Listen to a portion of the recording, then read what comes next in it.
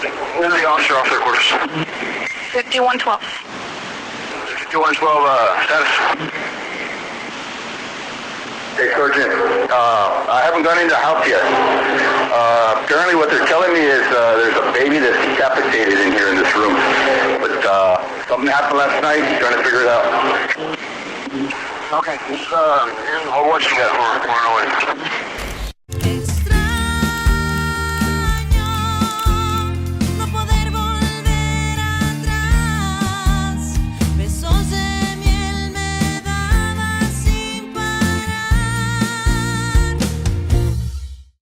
Hola, mi nombre es Cleiri Quesada. Hoy vamos a regresar a uno de los casos criminales más impactantes en la historia del sur de Texas. Ese es el caso de John Allen Rubio y Angela Camacho. El marzo del 2003, en Brownsville, Texas, 3 niños pequeñitos, uno de 3 años, uno de 1 añito y la otra bebecita apenas de 2 meses, fueron asesinados dentro de su propio hogar por sus propios padres. El caso estremeció al Valle del Río Grande y captó atención nacional por la naturaleza inimaginable de los hechos. John Allen Rubio fue condenado a muerte y Angela Camacho recibió cadena perpetua. Ya han pasado más de 2 décadas, pero para los que estuvieron allí ese día, el recuerdo nunca los deja. Hoy nos acompaña uno de los detectives que estuvieron allí presentes.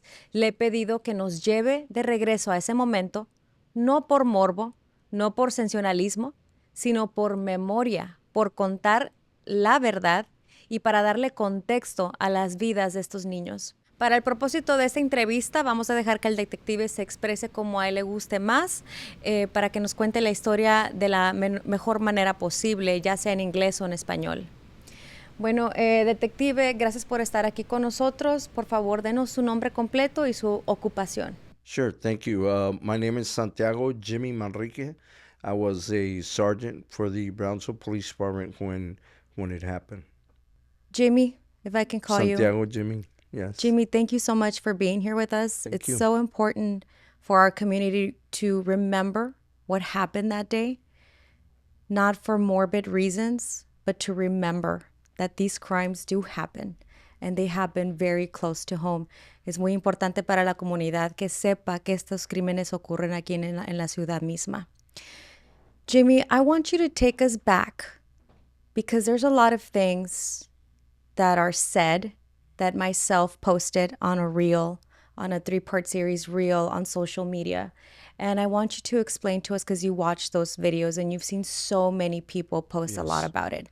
I want you to give us your personal story about what happened, and I want you to tell us everything you remember so that it's finally clear to everybody. Okay, yes. Well, like you say, this is one of those crimes or incidents that happen in Brownsville that we're never going to forget. And we don't want people to actually remember what happened, but we don't want people to forget what happened to these 3 babies. And we call them babies because that's what they were. They were little babies. They were very innocent, and their lives were taken at the hands of their own parents.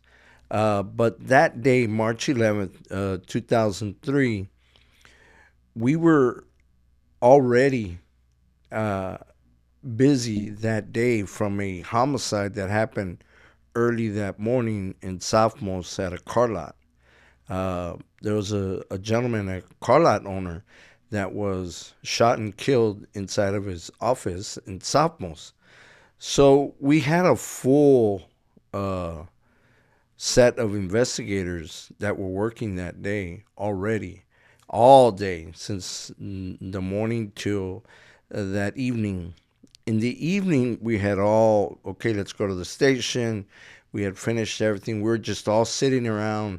I was a supervisor, so I was telling the investigators, hey, put your radios on your desk, kick out your reports. Nadie se va a ir a la casa hasta que terminamos todos los reportes del homicidio que ocurrió temprano ese día. So everybody was listening to the radio. And Efrain Cervantes, the officer, comes out on the radio and he says, comm center, I got a couple waving me down. Una pareja me estaba llamando la atención. Él estaba buscando una casa de una llamada que él tenía, una llamada doméstica. So they tell him that the babies were dead. And that was John Allen Rubio's brother and his brother's wife that waved the officer down. They were running. They weren't in a car. They were walking, but they ran towards him. So many things happened at that time where the officer was making a turnaround because the dispatch had sent them to a wrong location. So he's making a turnaround. When he made the turnaround is when he saw him, or else who knows who they might have chosen to take that call.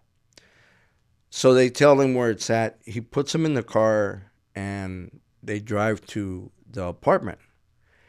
When he's getting off at the apartment, he says, I'm going to be getting off. I don't know what I have. And we make comments because cops will be cops. Policías son policías. Y comenzamos a echarle garra a Efraín. Ya le estábamos diciendo, nunca sabes lo que estás haciendo tú en el radio. Estamos poniendo atención. Un minuto después, la voz, his voice told you everything. It said, "Comm Center, get CID over here. We have a decapitated baby." What did he say? And instinct, everybody just like grab the radios and let's go. Where's he at? Where's he at? Well, he's on Polk or 8th and Tyler or Polk Street. One or two, but it was very close. It's by the Boys and Girls Club. So that's only like 5 blocks away from the police department. So we were there within 30 seconds. I was one of the first officers off at the scene. Entramos, el olor de cloro en el apartamento está bien fuerte y bien profundo. Entramos, está John Allen, está viendo la tele con el remote. Angela está enseguida de él, lo está abrazando aquí en el brazo, así, como que sin nada. Y le dije, el oficial estaba en shock. And I asked him, what happened? He said, there's a decapitated baby on the bed. And I go, wait a minute, who, where, what? And he goes, that's all they said, that they're back there. I looked and there's a baby in a diaper without a head. Get him out of here. Get them both out of here. So I go in to the room. My eyes are already watering from the Clorox. I don't know how they were both in there so calm. Their hairs were wet, or her hair was wet. You could tell. I don't quite recall if his hair was actually as wet as hers, but they were both wet. Anyway, and sure enough, there's a baby. The baby looks like a doll without a head. Because the backstory, lo que había pasado es que cuando le cortaron la cabeza al bebé, lo metió al agua para trapear con cloro. So el cloro hizo la carne, la piel del bebé, lo hizo blanco. So he looked like a doll without a head because the meat was so white. Spending all that time in that bucket. And I go out, we go out, another investigator and I go out, and we ask her, where are the ladies on top? Son tres niños. Mm-hmm. I was like, where are the other babies? ¿Dónde están los otros niños? And he said, Angela, no sé. Están adentro. ¿Dónde están? ¿Están vivos? She goes, no sé. So I say, everybody heard that. She doesn't know if they're alive. We have to go in. Because when you're talking about a homicide, I mean, we do everything in Brownsville. I can talk with Brownsville. Nosotros hacemos todo lo posible hacerlo entre la ley, a la letra de la ley. Si tú no tienes esa urgencia para entrar a una escena de crimen, no puedes entrar sin una orden de cateo. You cannot go in without a warrant. You have to have that exigent circumstances. So I made sure people heard what she said, is that she didn't know if they were still alive. Right? Gotcha. So we went in and we started looking for the other babies. When you go into the room, it's a very small place, very small. This place is 3 times wider than the whole apartment. The apartment goes from that wall to about right here. The whole from front to back. That's all there is. The living room, they were sitting on a futon, which is lower than this. Right to their left is the shower, and then it's the bedroom, and then it's the kitchen, the shower, another shower, and then the kitchen. And the back door was boarded up, locked. So in the entrance there was a bag, a plastic bag, a black plastic bag. And when you touched it with the back of your hand, you could tell it was a little round ball like that. A 2-month-old baby, he said, was in there. We had to look for the other 2. Nobody knew. Nobody had seen those. Nobody. Not them, not the brother. No one had seen that. The first ones to see that was us, the investigators. Right. So we had to pull out the crib, pull out that bag, and that's when we confirmed that the other 2 babies were in there. The 2 heads and 2 bodies were in there. So, were you the person who touched the bag? Once you felt that bag, you said the babies were by the crib area? Under the crib. Under the crib, okay. Because it's the bedroom was the bed, the crib was between the wall and the bed, and then there was just piles of used clothes that I guess they were just collecting clothes from ropa usada places.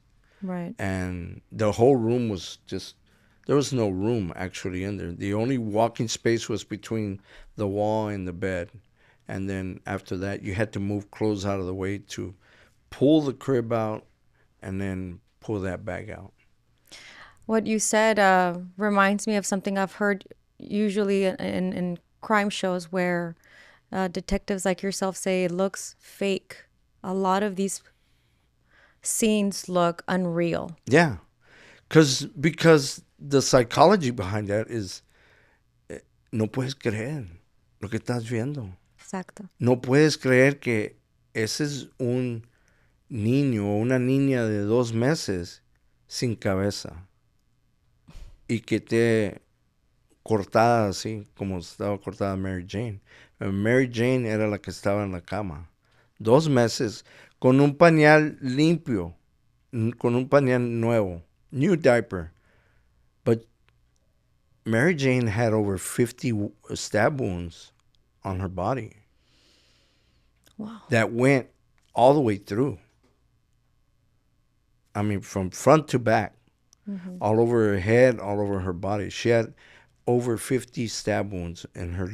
I mean, you're talking about a baby, an infant Right. baby, less than 2 months old.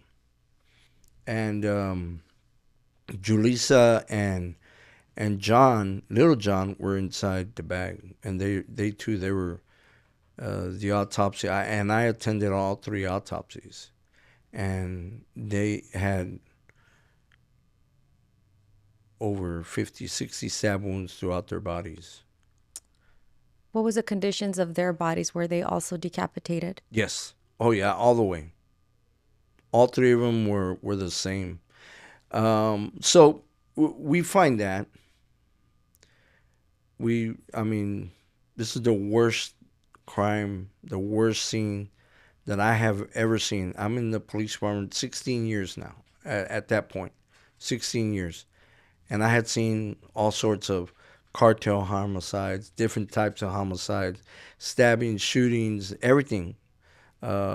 Sexual assaults of children by their family members, but I had never seen anything like that. And babies, I mean, that's the number one reason why I retired eventually.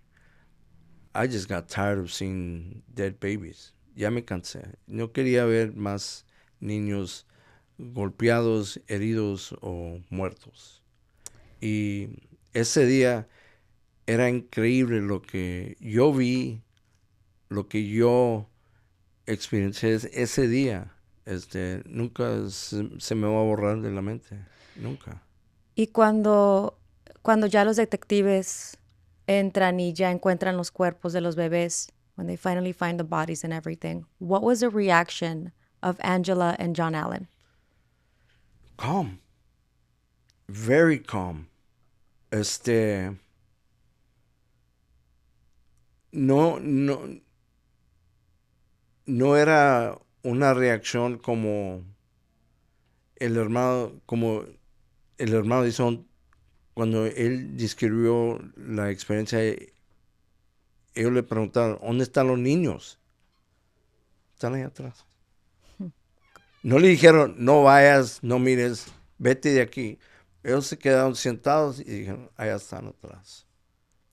Y él gritó, ¿qué pasó aquí? Y él corrió a buscar algo, buscar auxilio, buscar una policía o algo.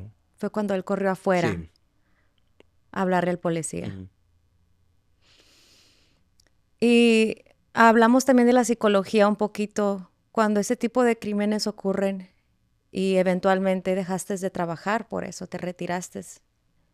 ¿Qué es lo que sucede después cuando llegas? No me quiero adelantar mucho, quiero que nos expliques más un poco de los detalles de ese día, pero entonces, ¿cómo lidia un detective? How does a detective deal with the aftermath? At that moment, are you just focused on the case? You focus in on what are we going to do to make sure that these people never get out of prison and never have kids around them ever again.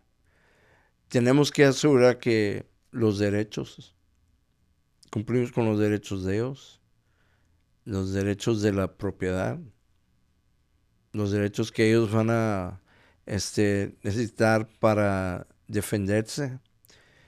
Todo eso es por experiencia de otros casos que vamos a la corte y tenemos que testificar y un defensor los pone los pies a la lumbre.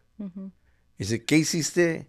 No es lo que hiciste, es lo que no hiciste para asegurar que el cliente de él, que los derechos de él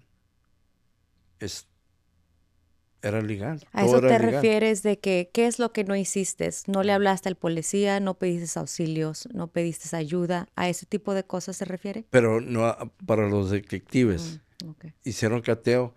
¿Por qué entraron sin un cateo? Pues Sí. yo ya sabía que era un crimen mayor. Era un crimen que ese es penal de muerte. Yo sabía que no nomás era local aquí en el condado, estatal, y lo de ACLU, y luego the Supreme Court of Texas, y luego la Supreme Court of the United States también. Todo eso, ellos iban a ver qué hicimos nosotros para los derechos de él y de Ángela. Y por eso los enfocamos y no podemos estar en el momento que, ay, pobrecito estos niños, ay, pobrecito la víctima. Nosotros estamos, ya los ponemos otro traje de ser el policía, el detective encargado del caso para dar una convicción. Después de que encuentran todos los cuerpos, ¿qué es lo que ocurre? What are some of the actions that the detectives took immediately towards John Allen and Angela? Okay, first separate them, take them to the station. We knew that the interviews were going to be very long. Ya sabemos que la entrevista de estos dos se iba a tomar horas, no nomás minutos, horas. So, llegamos al departamento de policía con ellos.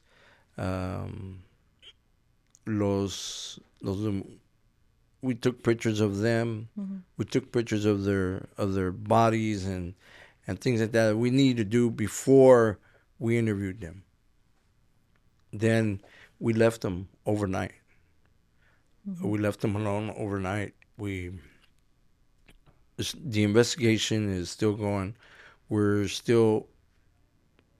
going to charge them with capital murder, both of them. Correct. 3 murders, murder times 3.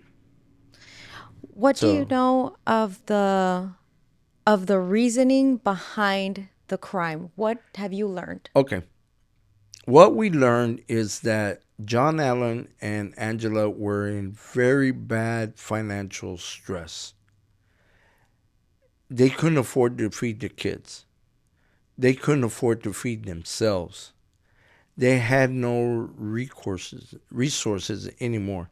Ya los recursos ya se los acabaron. Ya no tenían estampillas, no tenían TANF, el dinero del Estado, no tenían nada, ni podían pagar la renta, no podían pagar nada. Tenían luz, tenían agua en el apartamento, pero no tenían comida. Y CPS ya estaba atrás de ellos de nuevo. Porque CPS les había quitado. CPS had taken their kids already for 6 months. Right. Angela's family had the children. They got the kids back in December. When they got the 2 kids back in December, Angela had Mary Jane in January. So they wanted John to have a job, be drug-free, take care of the kids, take care of Angela, and have that place to live where he was at. He was not working anymore. He was addicted to pot, but he didn't have money to buy pot. He didn't have money to buy any drugs. Right. I know people want to believe that he was crazy on drugs, but he really wasn't because he couldn't afford it. Wow. He couldn't afford drugs. They want to believe that he was into Satanism. They had 1 candle of the Virgin Mary in the apartment. That was it. You're really tapping into a part of this story that has been changed because it's very talked about the fact that they were into Satanism and that they were under, Of course. People don't want to believe that they just killed the kids to kill them. Mm. Nobody wants to believe that they're crazy. No, they want to believe that they were worshiping the devil, that his parents were into Santeria. No, they weren't. They were just regular, typical Mexican people that believe in the curándose con el huevo, y el ojo, y all those things. They were just the typical Mexican family, but they weren't witches. They weren't into brujeria or anything like that. We didn't find anybody that said that they were into brujeria or anything like that. He came up with that story before they decided what they were going to do. They said, well, this is what we're going to say. That the reason why we cut the heads off, it's like he said, he had like 3 different versions of what happened. And it was, first was that, están endiablados. Porque yo, Julissa me dijo, entró y estaba hablando como mi abuela. Mm-hmm. Y me decía, mi hijo. I mean, honestly, you almost wanted to like slap your head and go like, are you serious? Wow. You're literally making this up. Estás inventando todo eso y por eso estás diciendo que lo hiciste porque tú creías que tu niña estaba endiablada o posesiva de tu abuela. Eso es increíble porque me encanta que un detective lo platique porque ustedes vieron el antes, el durante y el después. Sí.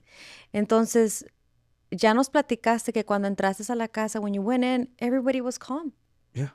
Todos estaban bien calmados, como si nada había pasado. Entonces se inventaron esa historia de la brujería y the possessive, that the little child was possessed. And that Right. I even heard a story that he thought his grandmother's soul had entered her, and that this Yeah, is all reasoning. That from was him. one of his first stories was that he even there's a story that the hamsters were looking at him wrong, Right. and that they were laughing at him and things like that. But really, if you look at the history of serial killers and or people that end up killing, that they practice on small animals. Mm-hmm. And I know it's weird to hear, but it almost seems that that's what he did. He worked up the courage to kill the kids by killing the hamsters. Oh my gosh. And he did it in front of Julissa. And Julissa was crying.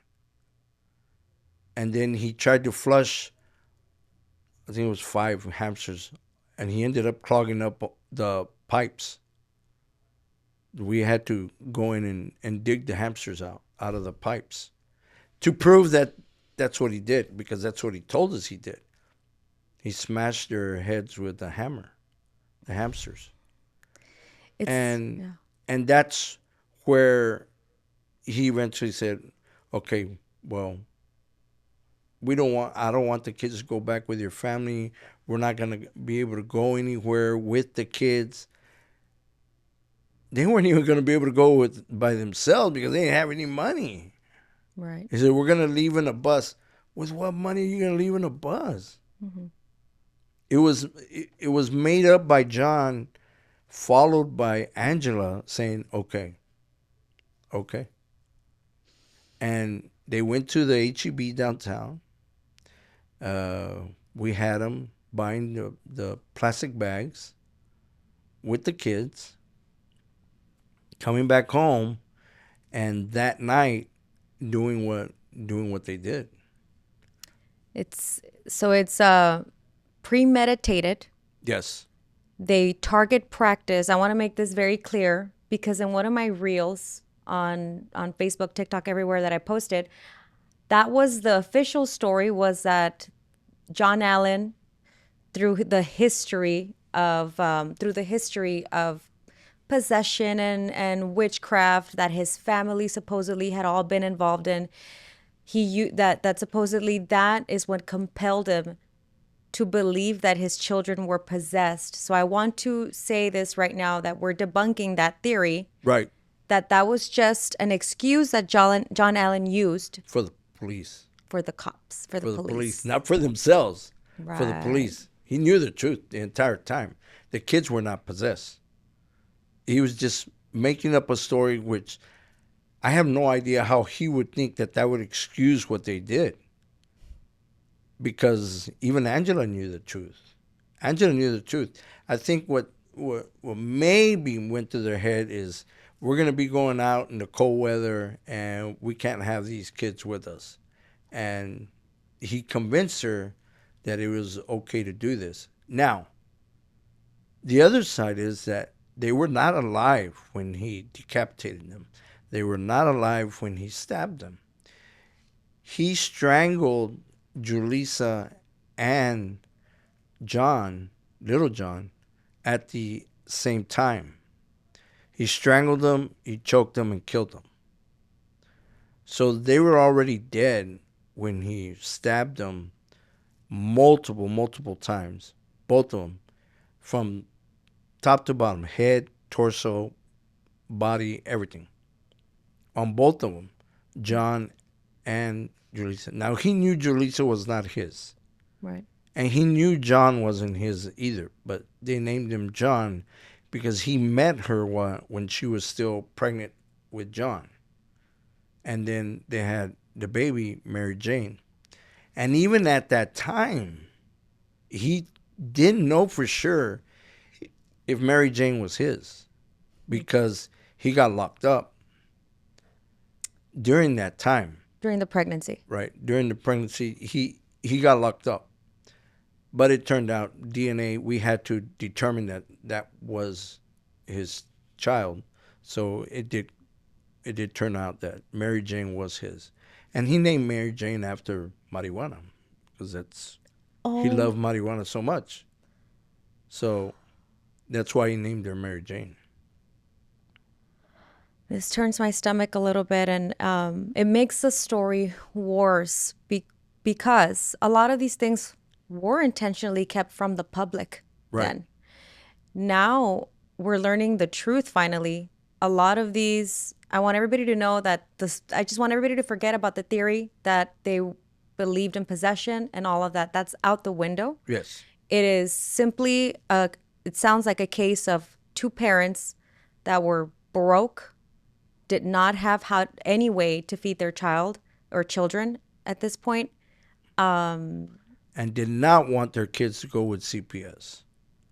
They were So on the what verge. was that about? They were on the verge of, CPS was on them. So they were on the verge of losing the apartment. So they were going to go homeless on the street. His mom didn't have a place to live. She was living with him. And he had his transvestite girlfriend, living with him too. But they had an argument, so she wasn't there at the time, and he had already chased off his mom because he couldn't afford for her to be there either. So CPS was going to take the kids again, and they didn't want that to happen either. So their plan was kill the kids, put them in plastic bags, and go bury them in the city cemetery, which is behind the police department, with his grandma. Is that what John Allen said? Is that what he was planning? Who said that story that they wanted to go bury him? That's eventually what their plan was, his plan. And her plan too. So then we can also debunk the fact that everybody about the drug craze, they couldn't afford food, they couldn't afford anything, especially not drugs. Not drugs. There's a lot of conversation about how he used to sniff paint. Is that? At one time, probably yes, but at that time, we didn't find any evidence in the home that would say that he was huffing paint to the amount or anything like that would say that he was high at the time that he did that. No, we didn't find anything like that. And as far as Angela Camacho, there is also conversation out there that she had some mental difficulties or mental issues. Is that factual? She was a slow learner in school, but other than that, she was fine. Right. She was fine. She just went along with whatever John said.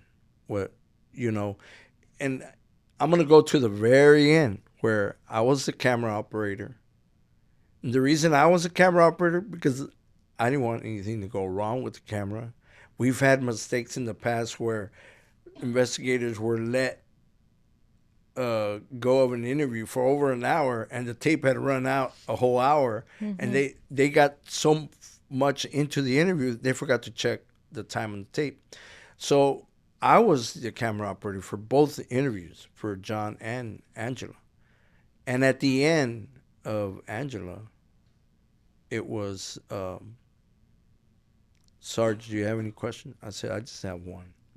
I said, if you're saying that you didn't do anything wrong, why were y'all going to run? Why were you going to get on a bus and run if you didn't do anything wrong? I knew the answer, but I wanted her to say it on camera. And she said, en los ojos de la ley hicimos mal, pero en los ojos de Dios no. And I said, okay. And then, okay, the interview is over. That was like the last words on that recorded interview of her saying that. I don't know how somebody could think that. Even if you were a slow learner or anything like that, that you would think that killing your own kids was good in any form. En cualquier forma que eso estaba bien en los ojos de Dios. Well, what were you saving them from? Mm-hmm. You know? Do you think that was this talked about that their plan was to get rid of them and start a new life? Is that what they were planning, or they just were getting rid of something that just was in the way for them? Yeah, it was. Okay. They couldn't feed them. Mm-hmm. They were starving. Everybody was hungry. They were hungry. The kids were hungry. The hamsters were hungry. They couldn't afford to feed the hamsters either. So his way was like, we felt like that was his way to give himself more courage to do the kids and, get rid of it wasn't like, well, I'm going to get rid of the hamsters and save the kids or not do the kids so no, you just kill the hamsters to kill them, and the same thing with the kids. And let me ask you, there's also rumors that before killing Julissa, that John Allen, did he sexually abuse her? No, not that. Okay. No, not that we know of. No. Okay, because there were also talks about that. Like, he was a weirdo, but anything is possible with that guy and Angela, but not to our knowledge, no. Is it also true that after they decapitated their children, that they engaged in sexual intercourse? Yes, at least 3 times. We found 3 condoms in the shower. So it's like they knew they were going to jail. They knew what they had done was wrong. So they were preparing a life away from each other. And that was their way of, I guess, preparing is, having sex in the shower. It was like he killed, they had sex. He killed the two older ones. They had sex. Then he killed Mary Jane and they had sex again. And that's when, after that, we came in. And that's interesting because there's also people who get off by murdering. Yes. And then they are aroused. Do you think that was the case here? No, not that kind. This was just, them two, knowing that they were going to be apart from each other, knowing that they were going to jail for a long time. So it was more of we're going to be apart. We're never going to see each other again. Right. Let's just have a final hurrah. Right. Speaking of abuse, and it's a really hard topic and everything to talk about, but there's also there's also been stories about John Allen being prostituted or encouraged to prostitute himself by his mother. He was a male prostitute, either with his mom or without his mom, but he was a known male prostitute in the downtown area, and he would go with males. But he also had his transvestite boyfriend, girlfriend, whatever, and then his mom was a crack addict, and she was living there in the home too for a while. But when he decided that the kids had to die, then at that point it was, what are we gonna do? And his excuse was, I think he just wanted to know what it felt like to stab the kids that many times, and then to follow through by, and I've heard podcasts and I've seen that he used a machete they used just plain kitchen knives. There was 5 broken knives in the crime scene of how hard it was to cause total separation of the heads from the bodies. Right. And she helped him. She admitted to that. She would hold the kids down while, So he did most of the legwork, most of the cutting, and she would actually hold the babies Yeah. down. Now, she was the mother of all three. Right. You know, Those were he- her babies. right, those were her babies. Is there anything from the scene that could have told, or evidence from the scene that told you anything else about the case? That there was planning. He boarded up the back doors. We felt that maybe he was going to leave them inside, and then they were just gonna leave. But the backstory to that was that they were going to bury them. But it didn't seem like they were burying them when he hid the bag under the crib. And we don't know the reason behind leaving the body of Mary Jane in a mop bucket full of Clorox. Why they would do something like that and just leave her in there for that amount of time that would bleach her skin and her flesh like that. So we couldn't find a reason behind that other than that he just wanted to know what it felt like. He didn't do that to the other two, to Julissa and John. They were just killed, strangled, stabbed, decapitated, and then put in the bags.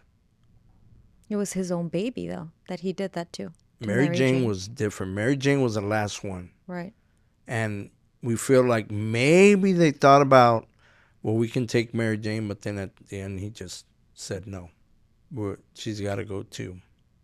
And same way, he strangled her, picked her up and strangled her. What happened? Is there anything else during the scene that you remember that we probably don't know about yet? The smell, the evilness that was in there that day, how small it was, how dirty it felt in there, and just the smell, the smell of Clorox. That's all you could smell, and there was the Clorox. It was overwhelming. When the jury was told they could walk through the crime scene, I had never, ever experienced that or heard of a jury touring a crime scene the way they did that. So the jury was walked or they were transported from the courthouse to the apartment. And they were allowed to walk from one end and exit the other. And I think every juror was like, had the chills. Wow. Because it's nothing but death that happened there. I think we had 2 prior homicides there I think one was in the early 80s and the other one's in the 70s. In that same building? In that same building. And there was a man that was running down the stairs stabbing his wife and killed her. He was shot and killed. And then the other one was another homicide that happened there. So a total of 5 people, including the 3 kids, were killed in that one building. It was evil. So that's also conversation that I've heard people bring up a lot, is that the building itself, what do you believe? Do you believe that maybe the building had some sort of energy? Yeah. You could feel it. You felt it. You could feel it. When we would go in there, it took months to finally inventory everything that was in there, everything, all the weapons that were used. And the crime scene investigators, DPS came in the initial night. The crime lab came in and did the initial crime scene. And then after that, it was our crime scene guys that had to inventory everything and be in and out of that apartment for at least 2 weeks straight. And then after that, it was closed off and kept till after the trial. So the length of that time, the length of the trial, that apartment was closed and kept as is until it the trial finished and we were cleared to go ahead and they destroyed the building. Going back to that night, what's the protocol? A lot of us regular people don't know what happens when you find 3 decapitated babies. What is a protocol for detectives or for the department? How do you proceed with the removal of those bodies? Well, whenever you have a dead body in Texas, you have to call justice of the peace. And the justice of the peace, if you know the body's already dead or expired, they come in and they pronounce the body dead. And they get information from you as to what time was the call come in. They put that as the tentative time of death. And then they order an autopsy. They give us the forms. Then their bodies are transported by the funeral directors to the morgue at Valley Baptist Medical Center in Harlingen. And that's where the autopsies are performed. The following morning, that's when I went to Valley Baptist to go witness and document the 3 autopsies. And we had to count every single stab wound. We had to count what the pathologist would consider the cause of death, which was obviously the stab wounds and the loss of blood, enormous loss of blood. But there was signs on all 3 of them that they had been strangled to death. So the cause of death is homicide. How? It was strangulation, it was stabbing, and severe loss of blood. But I believe that the final one was by strangulation was cause of death. And then it was the stabbing and decapitation after that. Those were what we call post-mortem. After they're already. Is there anything about the case that you would like to clarify? Only that I think people they wanted to believe that this was witchcraft related. It wasn't. They wanted to believe that it was evil possession, and it wasn't. The defense attorneys, of course, they made that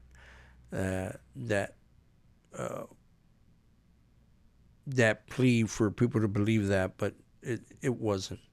That John Allen Rubio was a victim himself of his mom, and all this was part of the reason why he would have done this to his own kids. But it wasn't. It was just the circumstances that they had were just too much, too overwhelming for them to deal with, and that was their way of solving it, was to get rid of the kids. There was no santeria. There was no signs of witchcraft, black magic, palo mayombe, santeria, anything like that. There was nothing. There was, like I said, there was one candle, but it was a spiritual candle that was in the apartment, and it's just, it's the saddest case ever. It's the most horrific crime ever in the history of Brownsville. We've had other ones. I've witnessed other really bad ones, but that one was the worst, without a doubt. The community came together for the children. They were giving burials, angel burials at the cemetery there on Paredes. The child advocacy centers were already they were already in action. They were already there, but it just called more attention to this world that's out there, that kids are being harmed in a horrific manner, and they still are today. Kids are being abused. They go through things at home that you just can't imagine. And they say, I learned that as an investigator, that these kids, that are being abused at home carry an enormous burden on their shoulders. That schools are their happy place. Right. That the teacher's always going to say, how? This is the happiest kid in school. Well, yeah. They have people that love them there. They have their friends. They have their teachers. They have everybody that cares for them there. And they're going home to an evil place, very evil place. And that's why you can never tell. That is not a litmus test for an abused child to be unhappy at school. Some of the most unhappiest kids in school have the best life at home. Mm-hmm. You know, just sometimes we have a world full of brats, but these abused kids, they're special. They're very special, and they have an enormous burden to carry on their shoulders. And I'm glad you touched that subject, because this is why I talk about these things.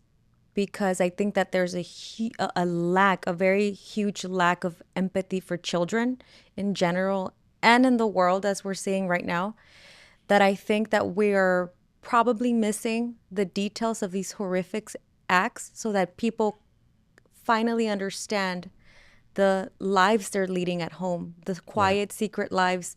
Children live at home. They can't call the cops. They can't speak. And if they do, they're hardly believed. They can't defend themselves. They don't have the strength. They don't have the height. They don't have the maturity. They're powerless to the parents. They're at the mercy of their parents. Están a lo que el papá o la mamá les puede dar, y a veces no les dan nada. Y a veces lo único que les dan es abuso. And with this, I want to wrap the conversation up with, is there anything else about the case you would like to let everybody know about? That the kids were happy living with their mom and dad. They were happy. They were happy kids. They didn't know. They had no idea what was going on. They were too young to know what was happening. John and Angela both used the excuse that they were possessed, but they were not possessed. They were not into any kind of black magic. The family, John Allen Rubio's family, were not into Santeria or anything. They were just typical Mexican family that believed in what we believed, and el ojo, and superstitions, which we all have that, and that he wanted to kill those kids, and he deserves the death penalty, and he deserves what he's going to get, and he's going to get off really easy by getting an injection that just literally puts him to sleep, and that's it. It ends his life, but not in a horrific way, the way those kids died at his hands. And they saw each other die, and that's just something that I will carry for the rest of my life. I know the investigators that worked that case, and you're talking about the best investigators that went into that room and got his confession, live with that for the rest of their lives, like Thomas Clipper, like Sammy Lucio, like John Hernandez, our crime scene guy, and the supervisors like myself, like Lieutenant Adrian Mascorro, the chief of police. We all had to deal with that. And if you would have read about that case in San Antonio, there would have been major media outlets covering that case. I mean, major. Not one showed up in Brownsville. It was almost like, those people are crazy over there by the border. We do have ABC, NBC, and CBS affiliates here, but there was no major, like Good Morning America and the Today Show, and there was phone calls, that I had to deal with as the public information officer. That people wanted to know what's going on. But we got more coverage during the hurricane than we did, where these 3 babies died. And there's a lot of anniversary stories that start coming out. And then you get those versions that people put out there that weren't there. They want to believe that this is what happened, but they don't really know. There's another version out there that, heads were cut off with a machete. I said, no, it was just regular kitchen knives. It was the brutality that he set in his mind to kill his kids, because they were his kids too. And she went along with it. She wasn't being threatened. She wasn't forced to do anything. She went along with it. The only reason she didn't get the death penalty is because she pled guilty to 3 life sentences. 3. And she did not want to be, or her attorneys did not want her to be the first Mexican female to be put on death row in Texas. So they were going to plead her out no matter what. They were not going to, that was not going to happen.